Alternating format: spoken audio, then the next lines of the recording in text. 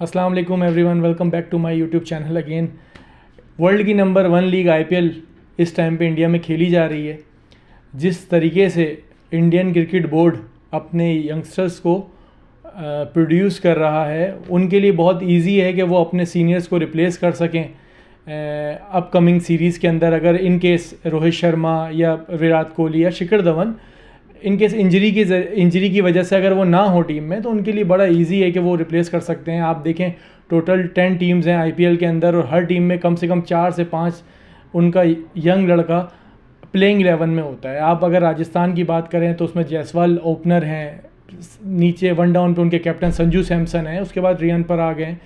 उसके अलावा आप अगर किंग्स 11 पंजाब में चले जाएँ, अभी कल के मैच के अंदर सिमरन सिंह एक ओपनर आया है, उसकी बहुत अच्छी परफॉर्मेंस है। नीचे शाहरुख खान है, सरफराज खान दिल्ली कैपिटल में है, चेतन सकरिया दिल्ली कैपिटल में है, नितेश राणा केकेआर में है, शिवम दुबे चेन्नई सुपर किंग में है, उस गायकवाड चेन्नई सुपर किंग में है। तो एक यंग बेंच, यंग लॉट उनकी तैयार हो रही है। और जितना हमें नहीं लगता कि जिस तरीके से इंडिया अपने लड़कों को तैयार कर रहा है, दूसरी कंट्रीज़ इस तरीके से हमें नहीं लगता कि वो तैयार कर रही होंगी। उसके बरक्स आप देखें पीएसएल के अंदर कितने लड़कों के साथ ज़्यादती की गई है। आपकी 6 टीम होती हैं, फ्रेंचाइजी भी जो है ना, उनकी सिलेक्शन का मायार बहुत अच्छा नहीं है। कासिम अकरम को आपने सेलेक्ट किया कराची किंग्स में, सेंट्रल पंजाब से उनकी इतनी अच्छी परफॉर्मेंस थी, एज अ कैप्टन भी बहुत अच्छा खेला वो लड़का, और आपने उसको 2 मैच दिए, उसको आपने पूरे सीज़न बाहर बिठा के रखा। आप देख लें हसन नवाज़ बहुत अच्छा टैलेंटेड बैट्समैन है, केपीएल में वो आए और जिस तरीके से उन्होंने परफॉर्मेंस दी, आपने इस्लामाबाद यूनाइटेड ने उनको सेलेक्ट किया, 2 मैचेस में वो बेचारा परफॉर्म नहीं कर पाया, आपने पूरा सीज़न उसको बिठाया। अम्माद बट कहाँ है, किसी को कुछ भी नहीं पता। अम्माद बट की सिलेक्शन नहीं हुई, अगर हुई तो वो थे नहीं। मोहम्मद फैज़ान पीडीपी से आए, वो उन्होंने सेंट्रल पंजाब से इतनी अच्छी क्रिकेट खेली, वो भी नहीं है, उनकी भी सिलेक्शन नहीं हुई। सबसे मज़ाहिया बात ये थी कि आपका डोमेस्टिक नेशनल T20 कप का जो बेस्ट परफॉर्मर था, लीडिंग रन गेटर था साहबजादा फरहान, उसको पीएसएल में किसी फ्रेंचाइज ने जहमत ही नहीं की सिलेक्ट करने की। तो ये जब आप सिलेक्शन कमेटी पाकिस्तान क्रिकेट की जो इंटरनेशनल क्रिकेट में जो सिलेक्शन कमेटी है, उसके अंदर तो है ही है जो भी नाइंसाफ़ियाँ लड़कों के साथ होती हैं, आपकी पीएसएल के अंदर भी नाइंसाफ़ियों की कोई तादाद नहीं है, वो अनगिनत है। जिस तरीके से आप लड़कों को आप रिजेक्ट कर रहे हैं, जिस तरह उनको परफॉर्म नहीं कर रहे। अगर आपने पीएसएल करा के अगर अपने यंगस्टर्स को ही प्रमोट नहीं करना, तो फिर आपने फिर ये पीएसएल भी आप ना कराओ, बंद कराओ इसको पीएसएल को भी। अम्माद बट किधर है, अरफात मिनहास पीजीएल से लड़का आया, मुल्तान सुल्तान से पूरे सीज़न वो लड़का बैठा रहा। जिस तरीके से ताहिर बेग को लाहौर के अंदर ने मुसलसल चांस दिया, उस तरीके से आपको चांस देना चाहिए था लड़कों को, आपने चांस नहीं दिया। इंडिया हमसे बहुत ज़्यादा आगे है, उनकी लीग नंबर 1 पे है, नो डाउट। और जिस तरीके से वो लड़कों को खिला रहे हैं, उनके लिए बहुत आसान है। अब इसी के बरक्स आप देखें ना, अगर हमारा इनके से कोई लड़का इंजर्ड हो जाता है तो कौन है रिप्लेस करने के लिए? हमारा कोई लड़का रिप्लेस करने के लिए नहीं है, क्योंकि आप लोग ने तैयार ही नहीं किया। तैयब ताहिर को भी जब मौका मिला, जब कराची किंग्स बहुत बुरी तरीके से फ्लॉप हो रही थी, तो आपने तैयब ताहिर को चांस दिया। उससे पहले आपको पता ही नहीं था तैयब ताहिर का।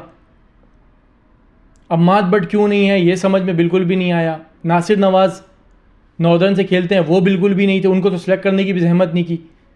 तो हमें कम से कम अपनी जो पीएसएल के अंदर फ्रेंचाइज़ है, एक तो टीमों को बढ़ाने की हमें बहुत ज़रूरत है। हमारी टीमें कम से कम 8 हों, यंगस्टर्स को ज़्यादा पिक किया जाए। जफ़र गौहर इस्लामाबाद से थे और उनको तक एक मैच नहीं दिया गया, तो ये बहुत ज़्यादा ज़्यादती है लड़कों के साथ। आपको अगर आईपीएल जैसी लीग से, जो वर्ल्ड की नंबर 1 लीग है, अगर आपसे उसको कंपेयर करना है या उनके स्टैंडर्ड तक आना है, तो आपको एक तो टीमें बढ़ानी पड़ेंगी और अपने यंगस्टर्स को आपको मुसलसल चांस देना पड़ेगा।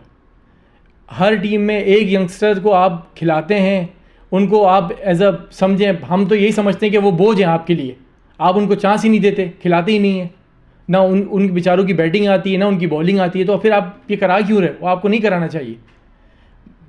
हमें बहुत देखें, आईपीएल को देखने की वजह भी यही है कि वहाँ जो लड़का प्रमोट हो रहा है, वो ज़रूरी नहीं है कि वो सिर्फ आईपीएल से खेल के टीम में आ जाता है, उसके डोमेस्टिक के अंदर परफॉर्मेंस भी है, बहुत से लड़के हैं उनके।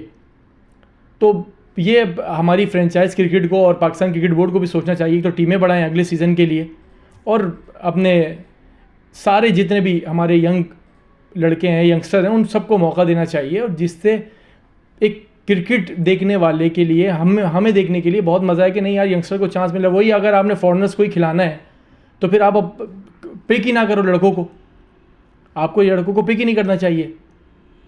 सऊद शकील के साथ जो किया है कोयटा ग्लैडिएटर्स ने, उसने सही ट्वीट की थी फिर कि बहुत अच्छा मेरा एक्सपीरियंस रहा, 13 मैचेस में बगैर बेंच पे बैठा रहा और मेरा बहुत अच्छा एक्सपीरियंस। और उस पर हमारे कोई फॉर्मर क्रिकेटर थे, वो बोले थे कि सऊद शकील को इस तरह का ट्वीट नहीं करना चाहिए था कि जेसन रॉय और मार्टिन गुप्टिल की जगह के होते वो उसकी जगह कैसे बन सकती है। तो फिर भाई आप उनको अगर एडजस्ट नहीं कर सकते इंटरनेशनल क्रिकेटर्स को, तो फिर आप फिर ये करा क्यों रहे हो? आपको नहीं करानी चाहिए फिर। उमर बिन यूसुफ को बिल्कुल एंड में चांस दिया, उस बेचारे को पहले एक मैच खिलाया, उसका उसको ड्रॉप किया, अगले मैच में खिलाया, उसने 60 रन कर दिए। तो बताने का या बोलने का मकसद ये है सिर्फ कि आप काइंडली अपने जितने भी परफॉर्मर, डोमेस्टिक के परफॉर्मर हैं, स्पेशली यंग क्रिकेटर्स को आप चांस दें। 2 मैचेस का चांस ना दें, आप उनको 6 से 7 या 8 से 9 मैचेस का चांस दें, जहां वो अपने आप अपनी एबिलिटी शो कर सकें। अब जाहिर सी बात है अच्छे प्लेयर्स हैं तभी तो वो सिलेक्ट हो रहे हैं, तो इसकी बहुत ज़रूरत है। अपना बहुत सारा ख्याल रखिएगा। एक नए टॉपिक के साथ अगली वीडियो में मिलते हैं, जब तक के लिए मुझे इजाज़त दीजिए।